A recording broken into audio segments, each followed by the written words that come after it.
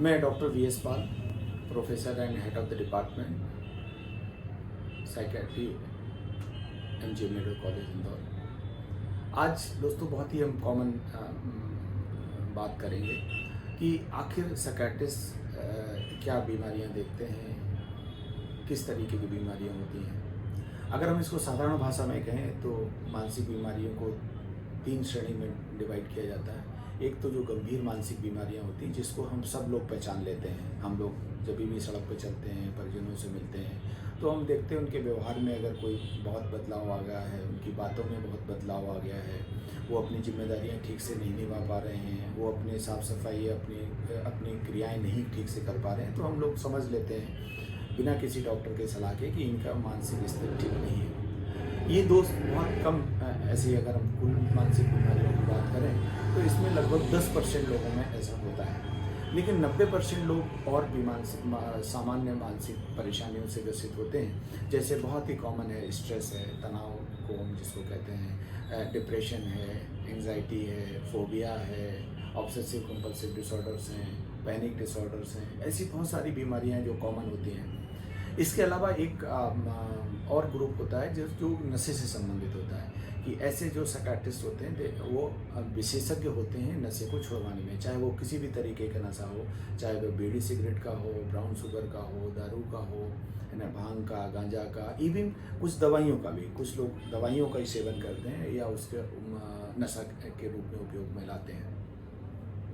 एक और ग्रुप होता है जिसमें हम कहते हैं कि जो बुज़ुर्गों से संबंधित व्यवहारिक परेशानियां हैं। ये काम सामान्यतः देखा गया है कि जो जिनका 60 या 65 ईयर से ज़्यादा उम्र जब हो जाती है तो लोगों के व्यवहार में, उनकी मेमोरी में दिक्कतें आती हैं। ऐसा लोग सामान्यतः उनकी याददाश्त कमज़ोर हो जाती है और ख़ास तौर से वो याददाश्त जो रोज़ की होती है।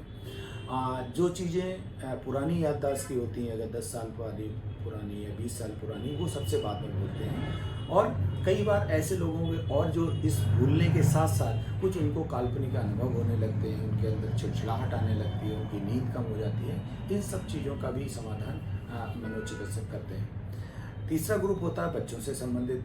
तो बच्चों से संबंधित जो व्यवहारिक समस्याएं होती हैं, चाहे वो बच्चों में उनका दिमाग का ठीक से विकसित ना हो पाना हो, ऑटिज्म की डिसऑर्डर्स होते हैं, या उनके हाइपर एक्टिविटी होती है, बच्चों में चंचलता बहुत ज़्यादा होती है जिसमें बच्चा अपने फोकस नहीं कर पाता, पढ़ाई में दिक्कत आती है, या कई बार बच्चे अपने माँ बाप के कहना नहीं मानते हैं और अपनी जिद में बहुत ज़्यादा करते हैं। इतनी ज़्यादा जिद करते हैं कि उनको मैनेज करना, झूठ बोलना शुरू कर देते हैं, अपशब्दों का उपयोग करते हैं या छोटे बड़ों का सम्मान नहीं करते हैं। कई बार ऐसे बच्चे एक उम्र होने के बाद भी अपनी जो कुछ बचपन की आदतें हैं, जैसे पेशाब का रोक पाना, वो चीज़ें नहीं रोक पाते हैं, है ना, या खाने पीने की दिक्कतें हैं। तो ऐसी बहुत सारी बच्चों से संबंधित समस्याएं होती हैं जिनको कि बच्चों को चाइल्ड साइकेट्री के अंदर में हम लोग देखते हैं। सो कहने का तात्पर्य है कि एक जो हम लोग समझते हैं कि मानसिक रोग संबंधी जो विशेषज्ञ होते हैं वो सिर्फ जो विक्षिप्त लोग होते हैं उन्हीं का ही इलाज करते हैं, ऐसा नहीं है।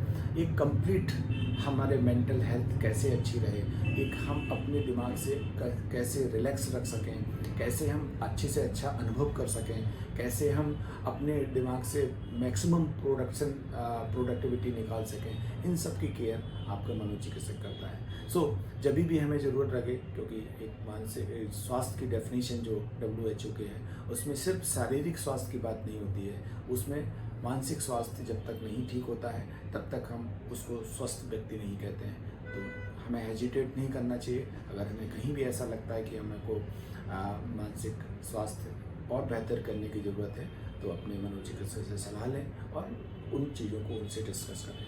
Thank you very much.